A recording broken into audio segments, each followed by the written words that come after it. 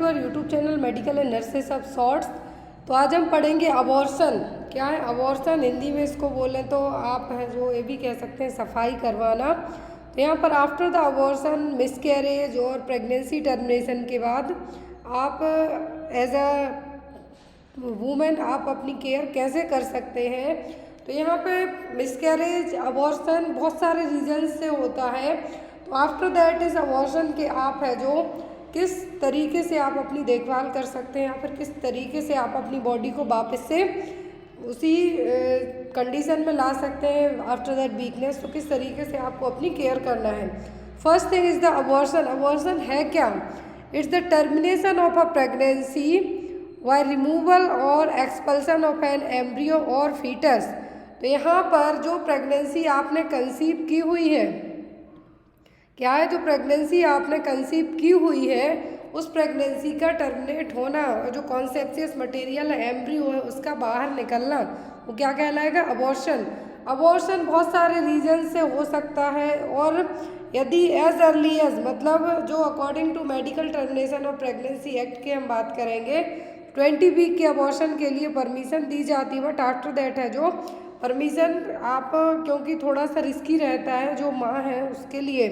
तो यहाँ पे आज कि आफ्टर दैट अबॉर्शन आप अपनी केयर कैसे कर सकते हैं। तो अबॉर्शन में होगा क्या कि जो फर्टिलाइज्ड मटेरियल है ओवम और स्पर्म के थ्रू जो फर्टिलाइजेशन हुआ उसका इम्प्लांटेशन आपकी यूट्रस में हुआ, लेकिन आप वो बच्चा नहीं चाहते हैं तो आप उसको अबॉर्ट करवा सकते हैं या फिर किसी भी एक्सीडेंटल या फिर किसी भी तरीके से आपका मिसकैरेज हो जाता है, मतलब वो प्रेगनेंसी आगे कंटिन्यू नहीं रहती है, तो उसको हम टर्मिनेशन ऑफ प्रेगनेंसी भी कह सकते हैं, अबॉर्शन कह सकते हैं, मिसकैरेज कह सकते हैं।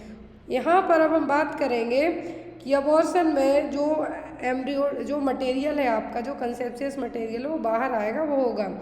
तो जनरली जब भी अबॉर्शन होता है तो जो भी आपका कंसेप्शियस मटेरियल है क्या होगा? वो बाहर आएगा। और वो बाहर कब आएगा? या तो आप कुछ मेडिसिन ले लेते हैं उसके कारण बाहर आएगा, या फिर आपने सर्जरी के थ्रू जो कंसेप्शियस मटेरियल है उसको बाहर निकलवाया है। कुछ भी रीज़न हो सकता है। जो जनरली अबॉर्शन है तो 3 टाइप के होते हैं। यदि हम लोकल वे में बात करते हैं तो स्पॉन्टेनियस, मतलब अपने आप हो जाए। कैसे हो जाए? अपने आप हो जाए। दूसरा होता है मेडिसिन इंड्यूस्ड, जिसमें आप मेडिसिन के थ्रू अपना अबॉर्शन करें। जो MTP किट आती है, medical termination pregnancy kit, unwanted kit आती है, उसको यूज़ करके आप अबॉर्शन करते हैं तो मेडिसिन इंड्यूस्ड अबॉर्शन कहलाएगा। तो स्पॉन्टेनियस और मेडिसिन इंड्यूस्ड अबॉर्शन है जो जनरली मोस्टली हम ये कह सकते हैं कि 12 वीक या फिर 13 और 14 वीक्स की प्रेगनेंसी में करना ज़्यादा अच्छा रहेगा। यदि आपका स्पॉन्टेनियस अपने आप होता है तो आपका कोई बस नहीं है। मेडिसिन वाला आप यदि करते हैं, मेडिसिन लेके आप अबॉर्शन करते हैं तो आपको उसके लिए क्या करना होगा? मेडिसिन आपको बाया ओरल खानी होंगी, मुंह से खानी होंगी या फिर डायरेक्ट वेजाइना में इंसर्ट करनी होंगी। तो MTP किट के बारे में ऑलरेडी मैंने आपको बताया हुआ है कि वो कैसे काम करेंगी।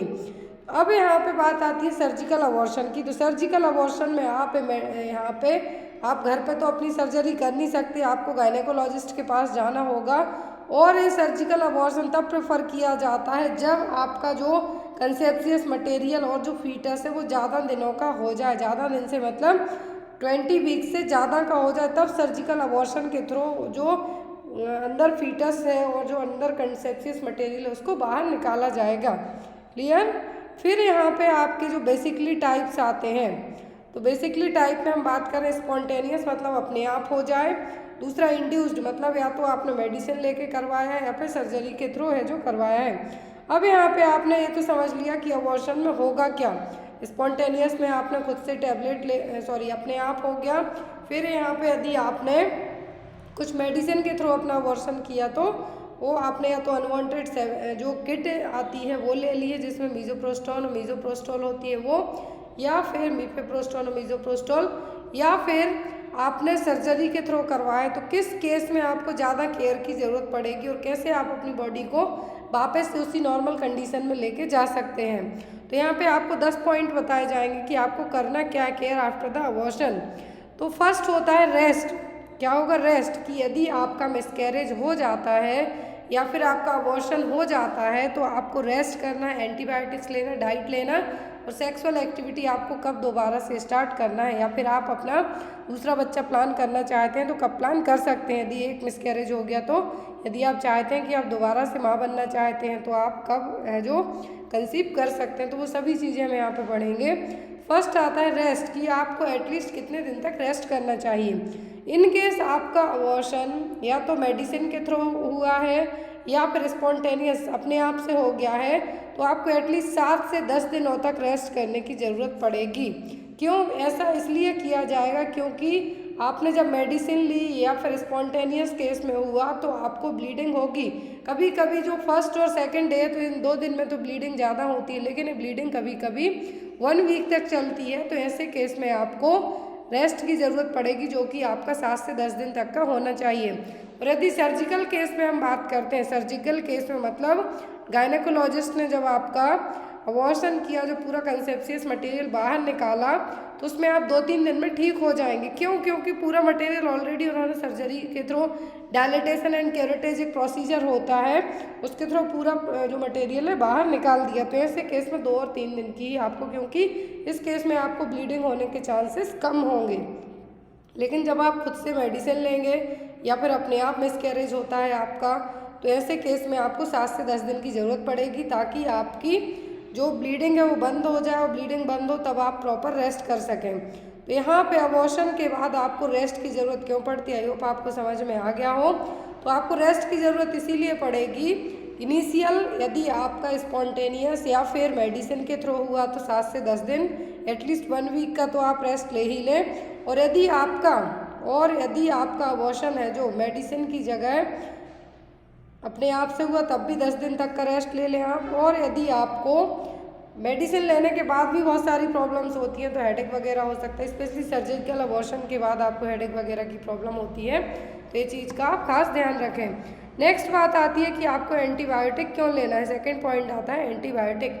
तो एंटीबायोटिक आपको इसलिए लेना है ताकि जो ब्लीडिंग हुई है, वेजाइनल ब्लीडिंग हुई है, तो इन्फेक्शन होने का खतरा है जो बहुत ज़्यादा रहेगा। और इसलिए भी कि आपने यदि अपना घर पे ही अबॉर्शन किया या फिर अपने आप से हुआ या फिर सर्जरी के थ्रू हुआ, तो ब्लीडिंग के केस में, वेजाइनल ब्लीडिंग के केस में आपको इन्फेक्शन होने का रिस्क ज़्यादा रहेगा। तो ऐसे केस में आपको एंटीबायोटिक लेनी है। अब एंटीबायोटिक वो आपका डॉक्टर प्रेफर करेगा, प्रिस्क्राइब करेगा कि आपको कौन सी एंटीबायोटिक लेनी है। और आपको ये पता कैसे चलेगा कि आपने मेडिसिन लेके अपना अबॉर्शन किया या फिर स्पॉन्टेनियस अबॉर्शन हुआ, पूरा मटेरियल बाहर आया नहीं, उसके लिए आप या तो अपने गायनेकोलॉजिस्ट के पास जा सकते हैं या फिर आपकी बॉडी के अकॉर्डिंग मैं बताऊं कि यदि आपको कंटिन्यू 7 दिन तक ब्लीडिंग हुई, 2 दिन ज़्यादा हुई, बाकी 5 दिन कम ब्लीडिंग हुई, आफ्टर दैट आपको 1 वीक ब्लीडिंग नहीं हुई, दोबारा से ब्लीडिंग हुई, आपको लोअर एरिया में एब्डोमिनल पेन हुआ, पेट दर्द हुआ, आपको वॉमिटिंग जैसा फील हो रहा है, नॉजिया हो रहा है, फीवर टाइप से भी आ रहा है, दैट मीन्स आपका जो कंसेप्शियस मटेरियल था वो पूरे तरीके से बाहर नहीं आया है। और ऐसे केस में आपकी फर्स्ट प्रायोरिटी बनती है कि आप अपने गायनेकोलॉजिस्ट के पास जाएं और उसको बताएं कि आपने कौन सी मेडिसिन लेके अबॉर्शन किया है, कितने दिन हो गए और उस टाइम पे आपको कितनी ब्लीडिंग हुई है, या फिर आपका अपने आप से मिसकैरेज हुआ है तो उसके बाद आपने कितने दिन तक आपको ब्लीडिंग हुई है, और अभी ब्लीडिंग स्टॉप रही कितने दिन, दोबारा से आपको ब्लीडिंग होने लगी है। तो ये चीज़ें आपको प्रेफर करनी है। तो इन्फेक्शन से प्रिवेंट करने के लिए आपको क्या करना है, एंटीबायोटिक लेना है। और आई होप आपको ये भी समझ में आ गया हो कि आपको पता कैसे चलेगा कि आपका पूरा जो जो कंसेप्शियस मटेरियल बाहर आया है नहीं। फिर नेक्स्ट बात आती है डाइट की, कि आपके अबॉर्शन के बाद आपको कौन सी डाइट लेनी है। तो आफ्टर द अबॉर्शन आपकी बॉडी में वीकनेस रहेगी, जैसे चाइल्ड बर्थ के बाद वीकनेस होती है वैसे ही वीकनेस आपको इस केस में भी रहेगी। तो ऐसे केस में आपको हेल्दी डाइट लेना है, आयरन रिच डाइट लेना है। क्यों? क्योंकि आपका बहुत ज़्यादा ब्लड लॉस हुआ है, इसलिए आप चाहें तो अपनी डाइट में ड्राई फ्रूट्स, गुड़, फ्रूट्स और जो एनर्जेटिक जितने भी आइटम्स होते हैं, ग्रीन लीफी वेजिटेबल्स, ये सब ऐड कर सकते हैं। तो ड्राई फ्रूट्स मोस्टली आप प्रेफर कर सकते हैं क्योंकि इसमें सबसे ज़्यादा आपको सभी चीज़ों का अमाउंट है जो प्रॉपर तरीके से मिल जाएगा। तो ड्राई फ्रूट्स आपकी बहुत ही अच्छे से हेल्प करेंगे।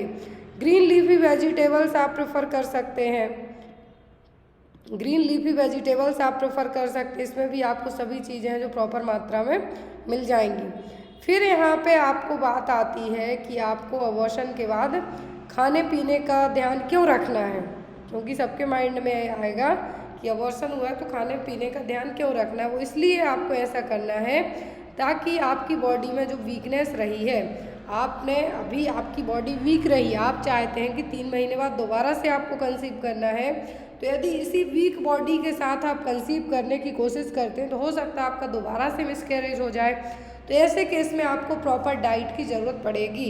आपका इतना ब्लड लॉस हुआ, 1 वीक तक ब्लड लॉस हुआ, या फिर सर्जरी के थ्रू भी आपका यदि अबॉर्शन हुआ है तो भी आपको यही सेम डाइट फॉलो करनी है, क्योंकि उस केस में भी आपके ब्लड लॉस तो हुआ है सर्जरी करने के थ्रू भी, लेकिन उतना ज़्यादा नहीं होगा जो एज़ कम्पेयर टू नॉर्मल के होगा, आपने जो मेडिसिन खाई उसके थ्रू या फिर अपने आप से हो गया उसके थ्रू। नेक्स्ट बात आती है कि और मेडिसिन क्यों डॉक्टर प्रेफर करेंगे, या फिर आप खुद से भी ले सकते हैं। यदि आपने अपना अबॉर्शन करवाया है, मिसकैरेज हो गया है बाई चांस, तो यहाँ पे आप पैरासीटामोल, आपको बॉडी में पेन हो रहा है, फीवर जैसे फील हो रहा है, तो उसके लिए ले सकते हैं। आयरन टैबलेट डॉक्टर्स प्रेफर करेंगे, प्रिस्क्राइब करते हैं आपको, क्योंकि आपको बहुत ज़्यादा ब्लड लॉस हुआ है। विटामिन D3 देंगे, एंटीऑक्सीडेंट देंगे, विटामिन B12 देंगे। ये सभी मेडिसिन आपको इसलिए दी जाएंगी कि आप जब नेक्स्ट टाइम अपनी प्रेगनेंसी कंसीव करें तो आपकी बॉडी पहले के कंपेयर में ज़्यादा मजबूत रहे। क्लियर। नेक्स्ट यहाँ पे अब हम बात करेंगे कि आपको और किन चीज़ों का ध्यान रखना है। फिर आता है आपका सेक्सुअल इंटरकोर्स, कि यदि आपका अबॉर्शन हुआ है तो आपको कितने दिनों तक इंटरकोर्स नहीं करना है, सेक्स नहीं करना है। तो यहाँ पर आफ्टर द अबॉर्शन आप एटलीस्ट 15 डेज तक, और या फिर 2 वीक्स भी कह सकते हैं हम, 2 वीक्स तक आपको सेक्सुअल इंटरकोर्स अवॉइड करना है। क्यों? क्योंकि इन्फेक्शन का रिस्क ज़्यादा रहेगा। आपको इन्फेक्शन तो होगा ही होगा, साथ में आपके पार्टनर को भी इन्फेक्शन होने का रिस्क रहेगा। तो ऐसे केस में आपको सेक्सुअल इंटरकोर्स है जो एटलीस्ट 15 डेज तक, 15 दिनों तक अवॉइड करना है। क्योंकि जब ब्लीडिंग होगी, ब्लीडिंग के कारण जो भी सीक्रेशन वगैरह होगा, तो उसके कारण आपको क्या होगा, जो गीलापन रहेगा, इस तरीके से हम कह सकते हैं, या फिर जो पूरा सर्वाइकल एरिया है आपका, सर्विक्स है, वेजाइना है, यूट्रस है, सभी उतने प्रॉपर हील नहीं हो पाते। जब ब्लीडिंग होती है और उस टाइम पे यदि आप सेक्स करते हैं, यदि नॉर्मल पीरियड्स में भी बात की जाए, आपको ब्लीडिंग होती है तब आप सेक्स करते हैं, तो आपको इन्फेक्शन का रिस्क बहुत ज़्यादा होगा। तो ऐसे केस में यदि आपको मान लीजिए 1 वीक तक जो मिसकैरेज हुआ है, अबॉर्शन हुआ है, उसके बाद आप सेक्स करते हैं तुरंत या फिर 1 वीक के बाद ही, तो आपको तो इन्फेक्शन होने के 100% चांस है, लेकिन आपके पार्टनर को भी इन्फेक्शन हो सकता है। तो इसीलिए आप 15 डेज तक है जो सेक्सुअल एक्टिविटी को अवॉइड कर सकते हैं। और यदि यहाँ पे आप अपना दोबारा से बच्चा कंसीव करना चाहते हैं तो आप क्या कर सकते हैं। नेक्स्ट थिंग आती है कि आप कौन सी कॉन्ट्रासेप्टिव मेथड अपना सकते हैं आफ्टर द अबॉर्शन के, कि आपने मान लीजिए 15 दिनों का ब्रेक लिया, 15 दिनों का तो ब्रेक डॉक्टर आपको खुद कहेंगे कि आप 15 डेज तक सेक्सुअल एक्टिविटीज़ को अवॉइड कीजिए। लेकिन यदि आप अबॉर्शन के 15 दिन के बाद भी यदि सेक्सुअल एक्टिविटी करना चाहते हैं, सेक्स करना चाहते हैं, तो ऐसे केस में आपको क्या करना है, कॉन्डोम है जो एक बेस्ट मेथड रहेगी, जो आपको भी इन्फेक्शन से बचाएगी, आपके पार्टनर को भी इन्फेक्शन से बचाएगी, सेक्सुअल ट्रांसमिटेड डिसीज से बचाने का काम भी कॉन्डोम करेगी। तो ऐसे केस में जो कॉन्ट्रासेप्टिव मेथड आप आफ्टर अबॉर्शन के 15 दिन के बाद यदि आप अपनी सेक्सुअल एक्टिविटी स्टार्ट करते हैं, तो कॉन्डोम है जो सबसे बेहतर मेथड होगी। ना तो आप यहाँ पे इस टाइम पे कोई भी पिल्स ले सकते हैं, ना ही आप IUCD इंसर्ट करवाएं इस टाइम पे। ऐसे टाइम पे आपके लिए जो सबसे अच्छी और सेफ मेथड होगी वो होगी क्या, कॉन्डोम। कॉन्डोम का इस्तेमाल आप कर सकते हैं आफ्टर द अबॉर्शन के बाद, जो कि एक बेस्ट मेथड में कंसीडर की जाएगी। नेक्स्ट यहाँ पे बात आती है कि मान लीजिए आपके पार्टनर का ब्लड ग्रुप डिफर है और आपका अबॉर्शन हुआ है, आपका मान लीजिए अबॉर्शन हुआ है, ऐसे केस में आपका जो कंसेप्शियस मटेरियल है वो बाहर निकल गया, सब कुछ हो गया, अब आप चाहते हैं कि दूसरी प्रेगनेंसी आपको कंसीव करनी है, तो दूसरी प्रेगनेंसी कंसीव करने के लिए भी आपको क्या करना है, इस अबॉर्शन के बाद यदि आपके पार्टनर का ब्लड ग्रुप आपसे डिफरेंट है तो आप एंटी-डी का जो इंजेक्शन होता है, वैक्सीन होता है, वो लगवा लें। क्यों? क्योंकि स्पेशली अबॉर्शन के कुछ कंसेप्शियस मटेरियल रहा है आपके यूट्रस में, उसमें कुछ एंटीबॉडी बनती हैं तो यदि आपने जब नेक्स्ट टाइम प्रेगनेंसी कंसीव की तो आपके जो अपकमिंग बेबी है उसको RH इनकम्पैटिबिलिटी होने के चांसेस रहेंगे। इसीलिए आप ऐसे केस में एंटी-डी गामा ग्लोबुलिन का इंजेक्शन लगवा लें, जिससे आपकी नेक्स्ट प्रेगनेंसी है जो सेफ रहेगी। नेक्स्ट यहाँ पे आता है कि अब आप नेक्स्ट प्रेगनेंसी कब कंसीव कर सकते हैं। यदि आपकी ए वाली प्रेगनेंसी क्या रही है, अबॉर्ट हो गई, मिसकैरेज हो गया, तो अब आपको नेक्स्ट प्रेगनेंसी के लिए कितना वेट करना होगा। तो after 3 month of abortion you can plan next pregnancy. तो एटलीस्ट 3 महीने तक वेट कीजिए। यदि आपका अबॉर्शन इस मंथ में हुआ है तो आप एटलीस्ट 3 महीने का ब्रेक दीजिए और नेक्स्ट प्रेगनेंसी आप आफ्टर 3 मंथ के प्लान कर सकते हैं, क्योंकि ऐसे केस में आपकी बॉडी भी हील होगी और आपका जो अपकमिंग बेबी होगा, आपकी बॉडी जब प्रॉपर हील रहेगी तो आपका जो अपकमिंग बेबी होगा उसमें मिसकैरेज के चांस कम होंगे और आप प्लांट बेबी पैदा है जो कर सकते हैं। नेक्स्ट बात आती है कि जब भी आपका यदि मिसकैरेज हो जाता है बाई चांस, तो आप ब्लेम करते हैं, अपने आप को भी ब्लेम करते हैं कि भाई मैंने ट्रैवलिंग कर ली, मैं फ़्लाइट से चलेगा, ट्रेन से चलेगा, बस से चलेगा, जर्क लग गया। तो ऐसा कुछ भी नहीं है। आप नाचिए, गाइए, खेलिए, कूदिए, बस थोड़ा सा केयरफुल होकर सब कीजिए, क्योंकि जनरली जब फर्स्ट ट्राइमेस्टर में मिसकैरेज होता है तो उसका मेन रीज़न होता है जो आपके यूट्रस में जो बच्चा पल रहा है उसमें कुछ ना कुछ प्रॉब्लम्स रहती हैं। तो इस कारण से वो बच्चा गर्भ में है जो ठहर नहीं पाता और उसका अबॉर्शन हो जाएगा और मिसकैरेज हो जाएगा। तो इसके लिए आप अपने आप को, अपनी फैमिली को या फिर अपने पार्टनर को ब्लेम नहीं कर सकते, क्योंकि 80 से 85% केस में जो फर्स्ट ट्राइमेस्टर में अबॉर्शन होते हैं वो क्रोमोसोमल प्रॉब्लम्स के कारण होते हैं। फिर आती है एक्सरसाइज। तो एक्सरसाइज आपके लिए किस तरीके से हेल्प करेगी कि अबॉर्शन के बाद आपकी बॉडी को हील करने का काम एक्सरसाइज किस तरीके से करेगी, आपकी माइंड और बॉडी दोनों को हील करने का काम एक्सरसाइज बहुत ही अच्छे से करेगी। तो आफ्टर द अबॉर्शन आपको क्या करना है, एक्सरसाइज वगैरह करनी है जो आपका गायनेकोलॉजिस्ट आपको प्रेफर करे। तो आई होप आपको पूरे पॉइंट्स हैं जो समझ में आ गए हैं कि आपको करना क्या है, केयर किस तरीके से करनी है, कितने दिनों का आपको ब्रेक लेना है, क्या क्या करना है। So thank you for watching us. Bye bye.